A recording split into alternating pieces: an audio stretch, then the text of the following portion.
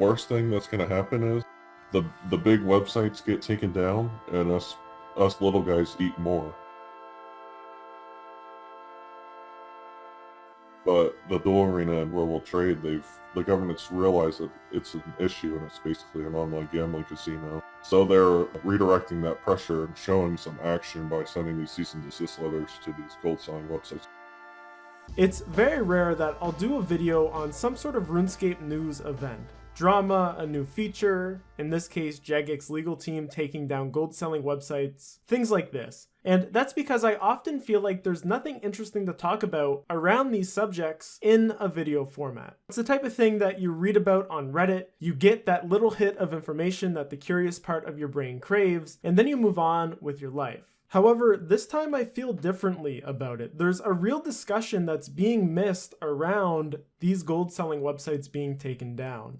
Not only is there historical context and factual information around these gold sites that nobody is talking about, but there's the insider perspective that we're not getting either. You see, one thing I've learned from doing my RuneScape abuse series is that people in these communities are terrified that Jagex is going to take action to finally shut down what they're doing. Every time I've uploaded a RuneScape abuse video, I get death threats, swatting threats, people trying to falsely remove my videos with fake copyright claims because they're afraid my video is going to shed light on what they're doing and ultimately finally drive Jagex to pursue some sort of legal action against what they're doing to stop them entirely. You know, there's many businesses in the RuneScape black market that are netting in the high 6 figures and low 7-figure ranges. And these gold sites were no exception to that. In fact, they were on the very high end. We're talking about $1 million businesses. Nevertheless, for this video, I've gone to somebody who's deeply entwined in these markets to get his insight into how this has affected the community. But before we get to that live mic interview, let's talk a little bit about the historical context and factual information around these gold selling websites. It's really good to get that background.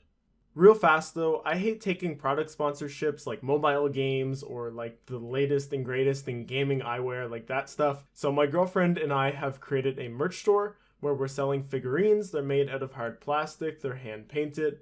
We've even got RuneScape themed air fresheners on there, bottles of elemental runes. There's even a pumpkin on there. There's 6 of those left, and once they're gone, they'll be gone until next Halloween. Everything's made by us, and we make it with love. So if you want to support my channel and get something to materialize your love for Oldschool Runescape in return, this is a great way to do so. You can also use the code BLACK for 25% off your order on checkout. We're starting Black Friday early because obviously it's hard to get the word out about that.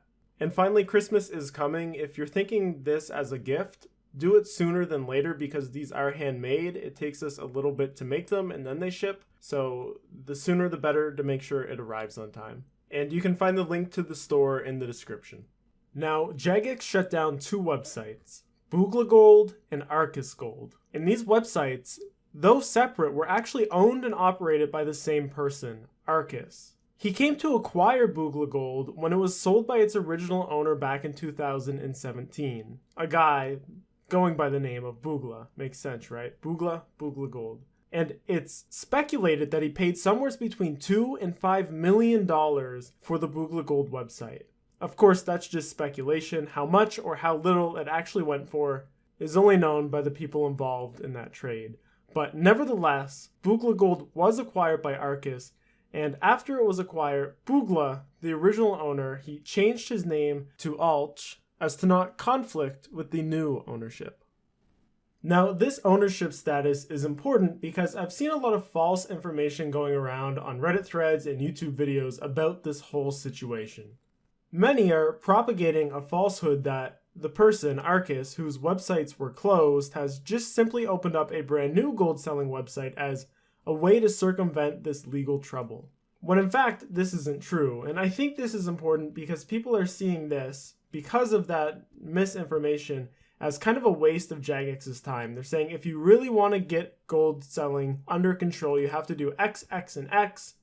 Going after these gold selling websites in this way won't do anything because they'll just open up a brand new website. So where does this false information of Arcus having opened up a new website come from anyways?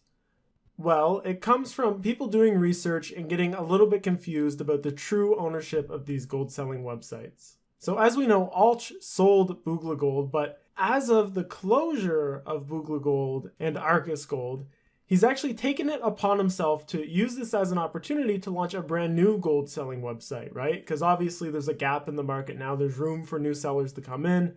He's trying to take advantage of that, and that's been misconstrued. And again, I just think this is so important because I think this really is a big win in Jagex's book against gold selling websites.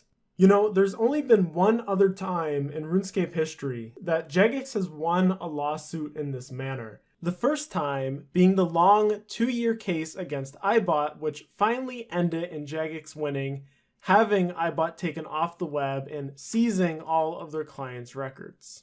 Back then, they did make an official statement that they were able to accomplish that. With this, we've seen no official statement other than one made by Mod Benno on the Reddit post that brought this to popular attention. He said, quote, "It's great to see that the word is out already. We can't really say anything about this just yet because it's still an ongoing case, but I just thought I should pop in and let you know we'll give more details as soon as we can." I have a feeling that we'll never hear back about the results of this case, just like we've never heard back about the results from what happened with Mod Jed. You know, simply because sometimes these legal things get drawn out indefinitely, you're advised by lawyers not to talk about them to jeopardize future cases, etc., etc. So that's the historical background, but what about the people who are actually affected by this? How do they feel? Now, before we jump into the live interview where I interview this person who's deeply entwined with these markets, I just want to show you one more post. And this post is by the owner of a very large botting website, and he's also subsequently the same person who was featured in that Reddit post which brought this whole situation into the public's eye. So he wrote, quote, "Arcus and Boogla were the most trusted, the biggest, they set the prices.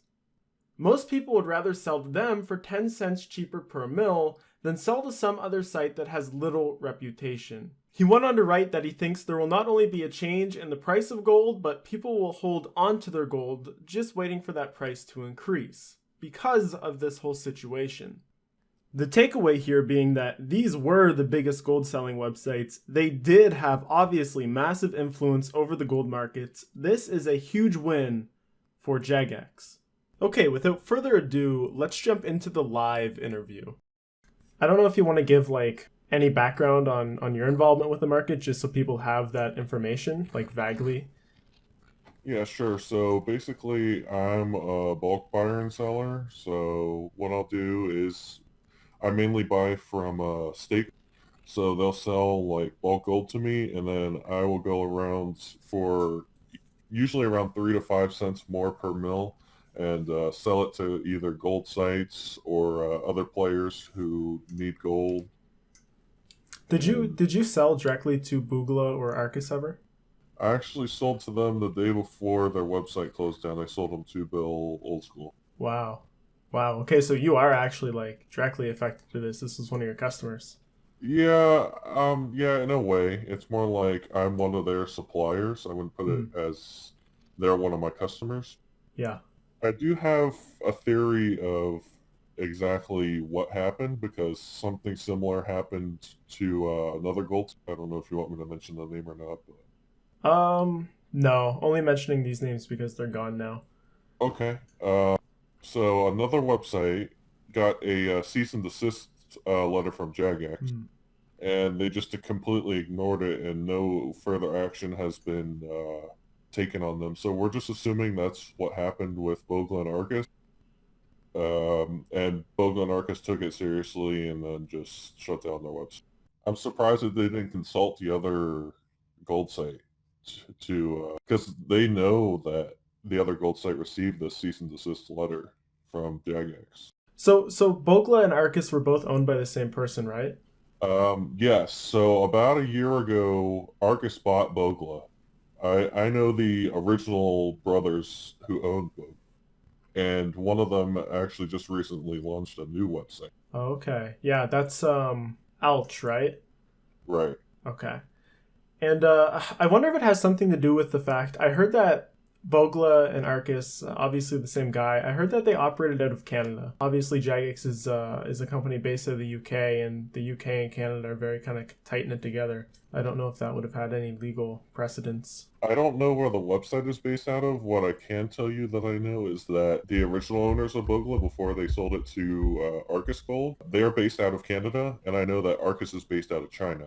But he could have easily relocated to Canada or whatnot. I don't know why he would, because that is actually a bad business decision. I know other gold sites that have actually relocated from Canada to China for legal reasons just like this, and also for tax reasons. Wow, interesting. So what are your thoughts on this whole event? Like, as somebody that's involved with these markets, are you worried that Jagex is going to go after other websites and they're going to take down their websites like Arcus did? The worst thing that's going to happen is the big websites get taken down and us little guys eat more. Because we'll have A, more customers, B, more customers looking to pay with different payment methods so they can still get their fix, get something that works with them. So the main reason why these gold sites have so much business is because they have these easy identification processes, and they take easy payment methods to set up, like PayPal, Western Union, and also like local bank transfer, stuff like that. Through us, we usually, like bulk sellers like myself, we usually don't take PayPal or anything, because more than likely, since we don't have a website, they're not willing to give up identification. As a chargeback risk, we need that identification. So we only take non-reversible payment methods like Bitcoin.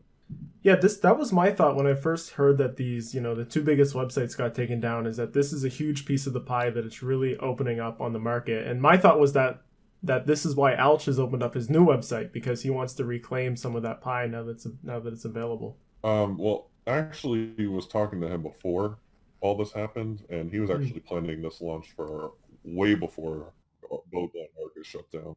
Okay, so it wasn't just like a spur of the moment, oh, I'm going to get a web developer and have him develop a site in a day and open it. I think it's pretty good timing still, though, for him. Yeah, it actually worked out really well for him, not going to lie. But have you heard anything else from other sellers in the market? I haven't really talked to them about the issue. I don't think it really affects us enough to bring it up. Yeah.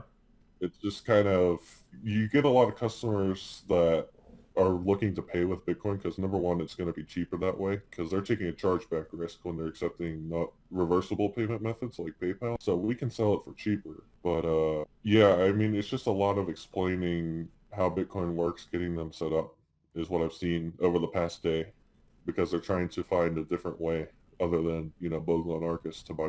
I remember talking to another gold seller who ran a website, and he told me, like, part of the gold selling website business model is that you have to eat the cost of chargebacks, and you have to sell more than you're going to lose from chargebacks. Right, and also having a good method of dealing with chargebacks is also good. Yeah. So you said they take customer ID?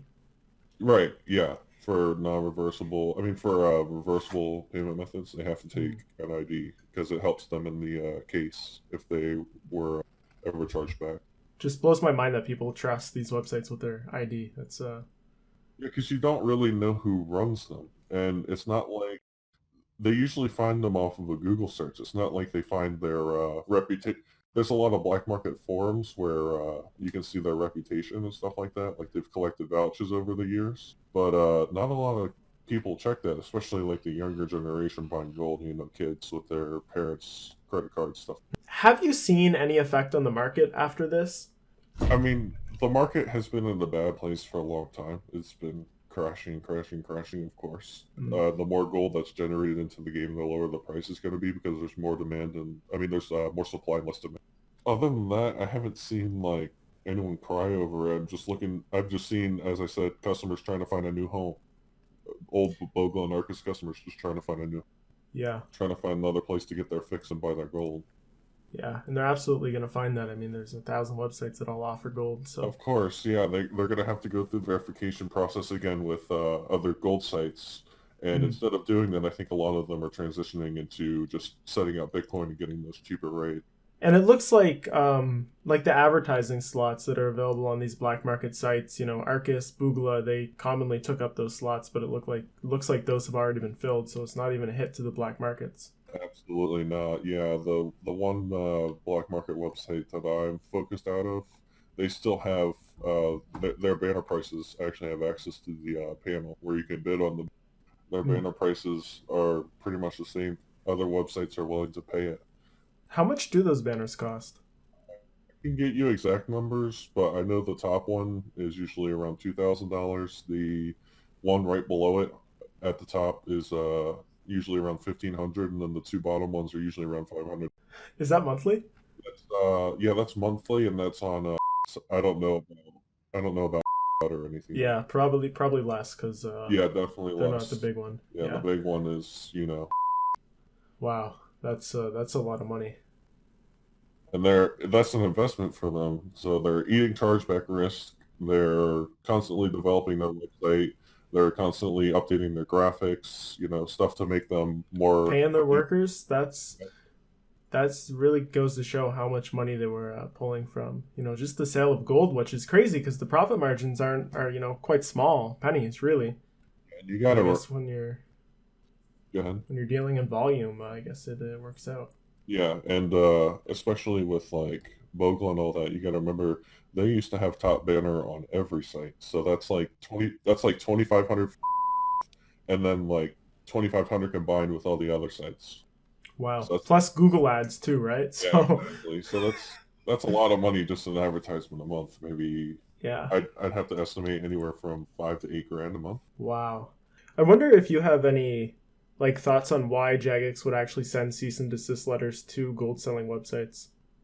I think it's more pressure from the government that's harassing Jagex about the dual arena. I don't know if you've heard anything. Yeah. But the dual arena and World Trade, the government's realized that it's an issue and it's basically an online gambling casino. So they're redirecting that pressure and showing some action by sending these cease and desist letters to these gold selling websites to try and remove some of the World Trade. But in reality, it doesn't matter how good your detection system is. World Trade's always going to go on in your game. There's too many players. Even with the real world trade websites gone, most of these transactions have moved to Discord anyways, right? There's massive Discord servers all about gold trading and RuneScape services and things like this. I'm in about 50 to 60 different gold trading Discords that I post in every day. Most of them you can post every 30 minutes, and some of them have tighter restrictions like an hour, 6 hours, stuff like that. All right, cool. Well, I appreciate your time. Absolutely. If you end up needing anything else, if you come up with any other questions before you release, just let me. And that was it for the interview. What do you guys think about this whole situation? Leave a comment in the comment section below. Also, if you enjoyed the video, consider subscribing. I'm trying to get these things out at least once a month. And don't forget to check out those cute little RuneScape figurines. Link is in the description below. Until next time, love, peace, and chicken grease.